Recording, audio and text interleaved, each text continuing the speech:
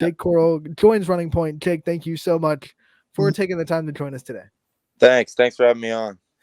I mean, Jake, first and foremost, we've already had you on for a couple of post-game interviews for Player of the Game, and I mean, you've been tearing it up early on in the season. After the injury, though, to last year, and you didn't get a chance to play for a large part of the season, how much of that got you motivated into going into this season? And just talk about your excitement level of being actually to be able to play this year and be out there on the mound. Oh, definitely a large part of it was motivated me a lot. It helped me really think about like what I missed, like missing all those games and like seeing what I could have done and been there for my team last year. And it showed me like this off season, I got to really work hard if I want to step up and help them where they need it the most. When you think about that conversation with yourself, probably internally, and you come into this season, what kind of mindset were you trying to kind of keep in yourself coming into the season, knowing all of that was weighing on you? Oh, I mean, I just try and stay cool, calm, and collective. I mean, I just try and play with my teammates, have fun, and I know like in the end they're always going to back me up no matter what. Talking about this season and your hot start, what do you contribute it to, and what do you think's really working for you out there on the mound? Definitely my off-speed stuff. I mean, me and Coach Paris were connecting on a lot of our pitches that we're calling, and it's really getting going, and we're hopefully going to keep it going this week. Yeah, and when you look at the schedule that you guys have put together at Fitch, and obviously not just the AAC, which we know is a gauntlet, but outside of the AAC as well, talk about what it's like to kind of know that you're playing against such good competition and know that every game that you go out and play is really sharpening your teeth for tournament time. I mean, we just got to come out dialed in every game. I mean, we got few tough games coming up that aren't even conference games. Next week we got a lot, and then the following week we got Hudson that I know of. They're a pretty good team, and then Kenston, we got them coming up too. They were both tournament teams last year. They were doing pretty good. We've been asking this a lot around the network just because we've had so many rain delays and stuff going on where postponements. What do you kind of do to stay sharp, and what does the team do as a whole to kind of stay sharp when you have these rain delays and these games that are supposed to happen even up to the day of and hours before, and then it gets canceled, pulled the plug on last second? Yeah, I mean, yesterday we were last second cancellation. I mean, I didn't really think we were going to get canceled, but then we ended up getting canceled. But we just were there. We were talking, everybody, and then we went over and we had a little practice, a little lifting, and we were still getting after it. Like it wasn't even an off day. So Talk about this lifting program at Fitch, because we've already had Coach Wedding on at Running Point, and we know that he's one of the best strength and conditioning coaches in the state, and he's been recognized as that as well. So it's not just opinion, it's fact. Talk about what it's like getting into the weight room and having such a good strength and conditioning program in Austintown. Oh, it's awesome. I mean, Coach Dan does such a good job, and he always has some interns there too that are always working to get better with us, and they're always teaching us new things. And then his assistant Myron, he's always helpful to everybody. He helps Coach Dan a lot, especially with all the kids that we got coming in there every day. Coming in there 3 days a week, it really helps every team, and like we're all seeing the results of it. I mean, not only the football team and the volleyball team last fall and the basketball team, but we're seeing it too. Softball's seeing it. So it's really paying off. Fitch has always been known for having talented baseball teams, I feel like, even throughout the years. And I attribute that to having good youth programs and keeping kids invested. When did you first find yourself getting into the sport of baseball, and what kept you invested through the years all the way into the varsity level? Definitely like I got started right off the bat. I was like 2 or 3 playing T-ball down in Mill Creek, and then I moved to ACB when I got into like 4 to 6 year old age. And then I just started connecting with a lot of my friends, and we're all buddies, and we're still buddies today, and we still play out there. And it's just awesome. I just love spending time with my friends out on the field. You know, to pour as much energy as you do into baseball, you obviously have to love it. Take us back to when you fell in love with the sport and kind of what kind of things made you fall in love with the sport of baseball. Probably when I was like 12 or 13, and I was like seeing the Little League World Series, like really watching that a lot. And then I started getting into the MLB and watching all that.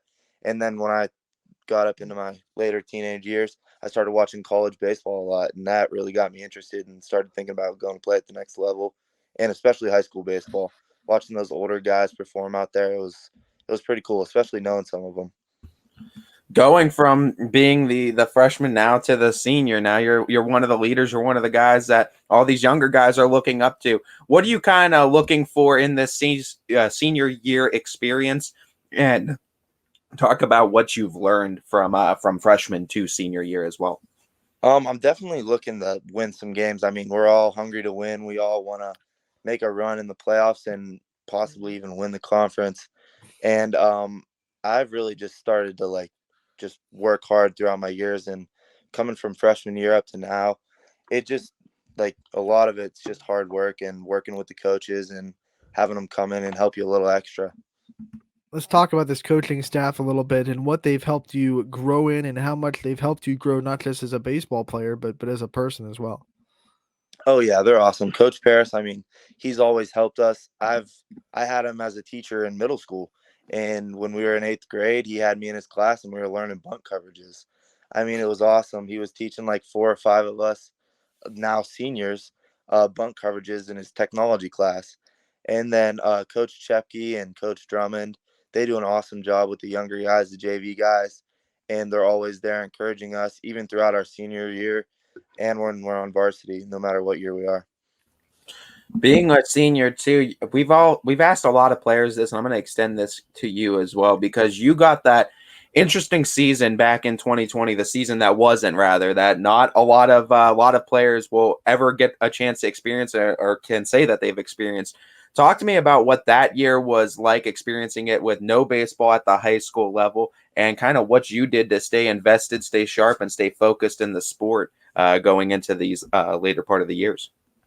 I mean, once we heard that high school ball was canceled and we were going to be home and all that, it really took a toll on myself personally, because it was my brother's senior year and he had a bunch of friends and we always worked out together.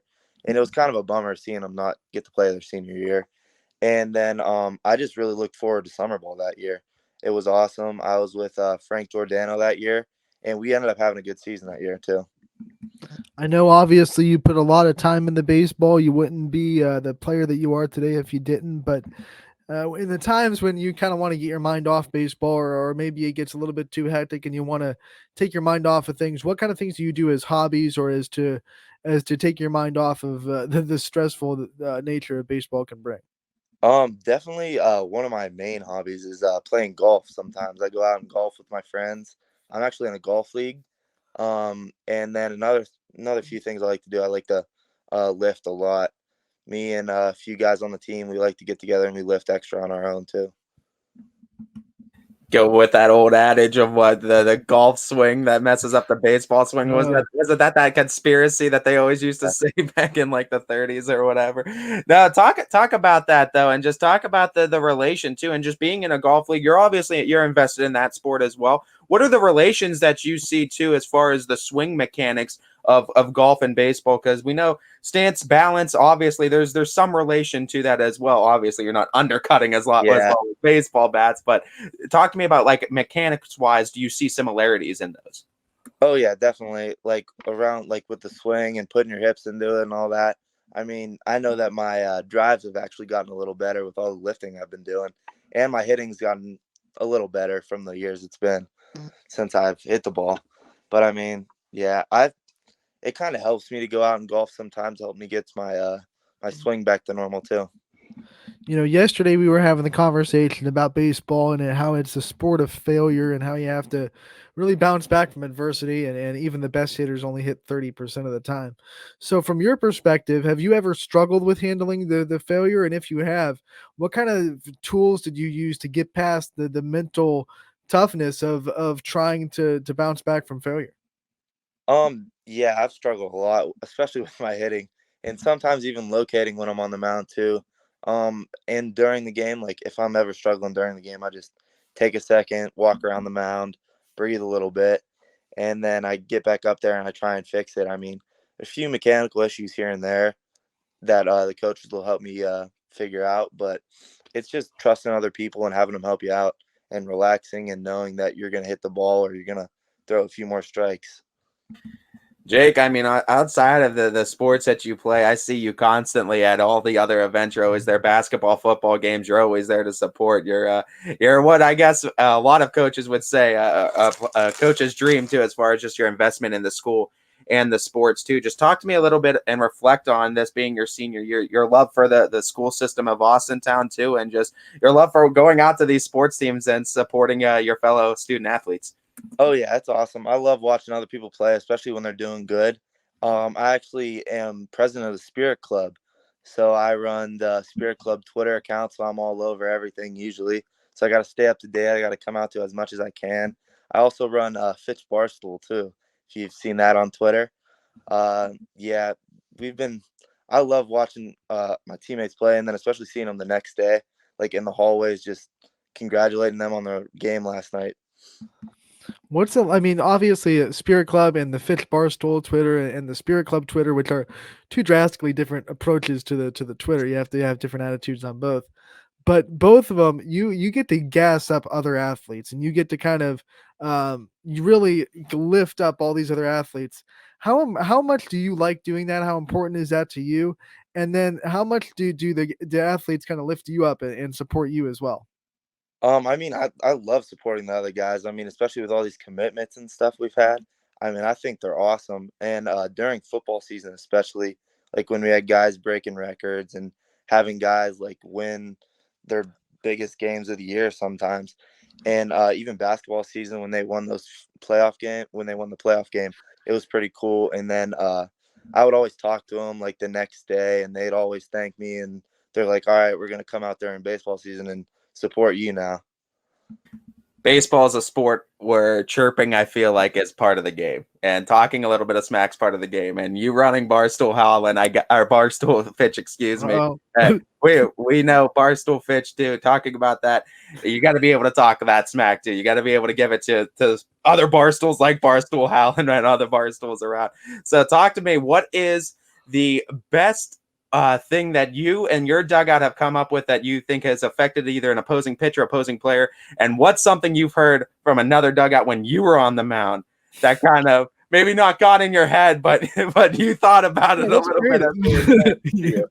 That's hard. There's a lot. I mean, especially like when a pitcher's struggling, like one of the main things that we used to do when they'd throw a bunch of consecutive balls, we'd start counting it out for them. And then when they're throwing balls down low, we just start the dirty balls chant. I mean, obviously it's not too appropriate, but it's pretty funny. And really, when I'm on the mound, I kind of just tune everybody out.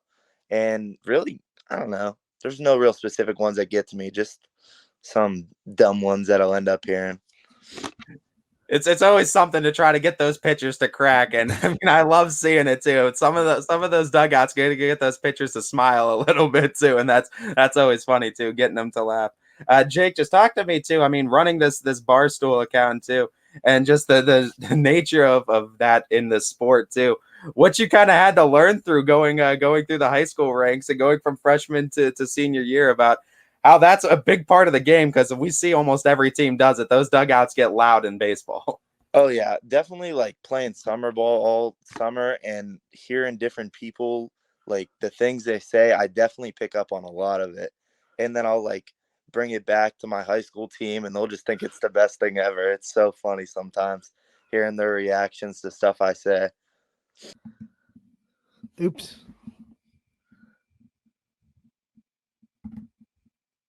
That's on me. Just dropped him out of here. What are you doing? Jake, thank you so much for taking the time to join us today. We appreciate the time, and we appreciate all the work you do. We love covering you. You know that.